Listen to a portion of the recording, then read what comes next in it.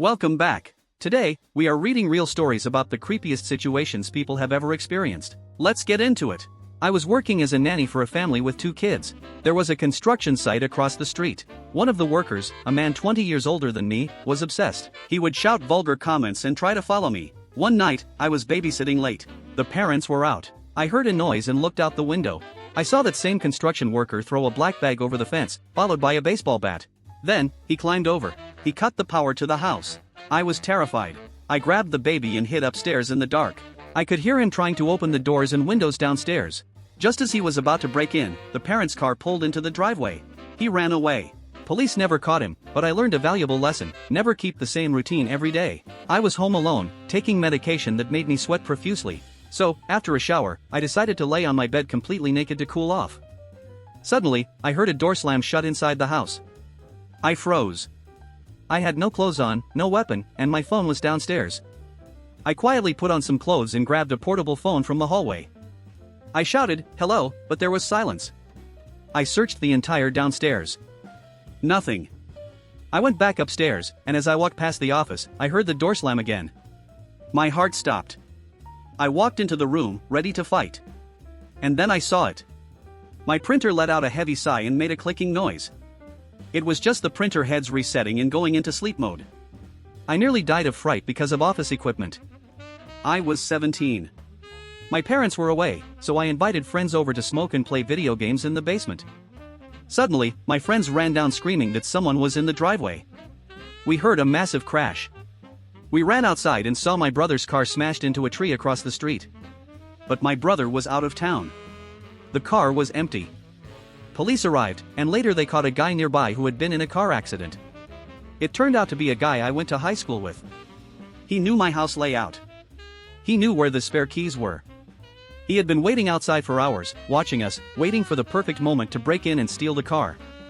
The thought that he was watching me while I was alone still makes me sick. I came home from the gym, exhausted. As I walked towards my bedroom, I clearly saw a dark, humanoid figure slip behind the doorframe. I grabbed a knife from the kitchen, kicked the door open, and screamed. The room was empty. I checked the closet, under the bed, everywhere. Nothing. I started to calm down and undress. Suddenly, the light bulb above me exploded, plunging the room into total darkness. Then, I felt a hand hovering just inches from the back of my neck. I felt the heat of it. I ran out of that house faster than I ever have in my life. To this day, I believe something unwanted was in that room. I used to suffer from severe OCD. My intrusive thoughts convinced me that if I didn't perform certain rituals, my family would die. One day, I had a thought that my grandfather would die if I didn't do a ritual. For the first time, I resisted. I felt proud of myself. The very next day, my grandfather was diagnosed with terminal cancer. Logically, I know it wasn't my fault. I know my OCD didn't cause cancer. But deep down, the timing was so terrifying that it haunts me to this day. Years ago, I worked as a waitress.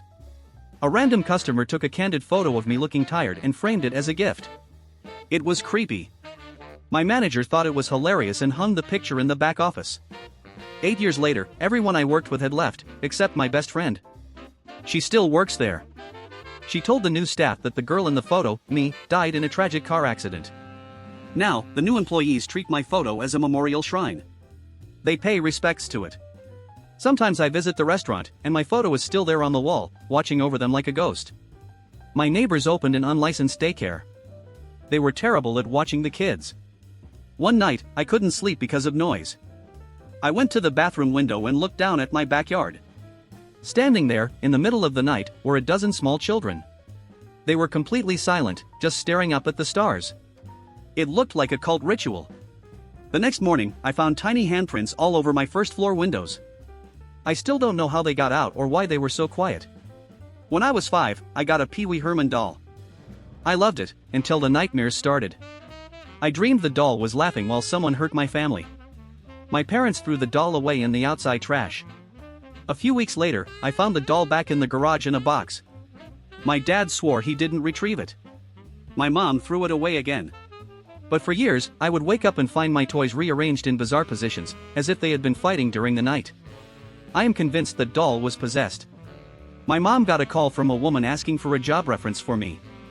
But I hadn't applied for any jobs. Then my stepmom got a call. Then my band's private number got a call. It was the same woman, trying to find out where I was playing that night. When I called the number back, she panicked and hung up. I never found out who she was or why she was hunting me down, but she had dug up private numbers of my entire family. My friend and I were exploring abandoned apartments in a bad neighborhood. In one apartment, we found a bag full of weird adult toys. Being dumb teenagers, we thought it was funny. I started looking through the closet for clothes to steal. I lifted a coat, and there, standing in the corner of the closet, was an old man. He was frozen still, eyes wide open, staring right at me. He didn't blink. He didn't speak. We dropped everything and ran. The scariest part wasn't the man, it was the fact that he was hiding in the dark, waiting for us. Thanks for watching. If you have ever experienced a glitch in the Matrix or a creepy encounter, let us know in the comments. Don't forget to like and subscribe for more stories.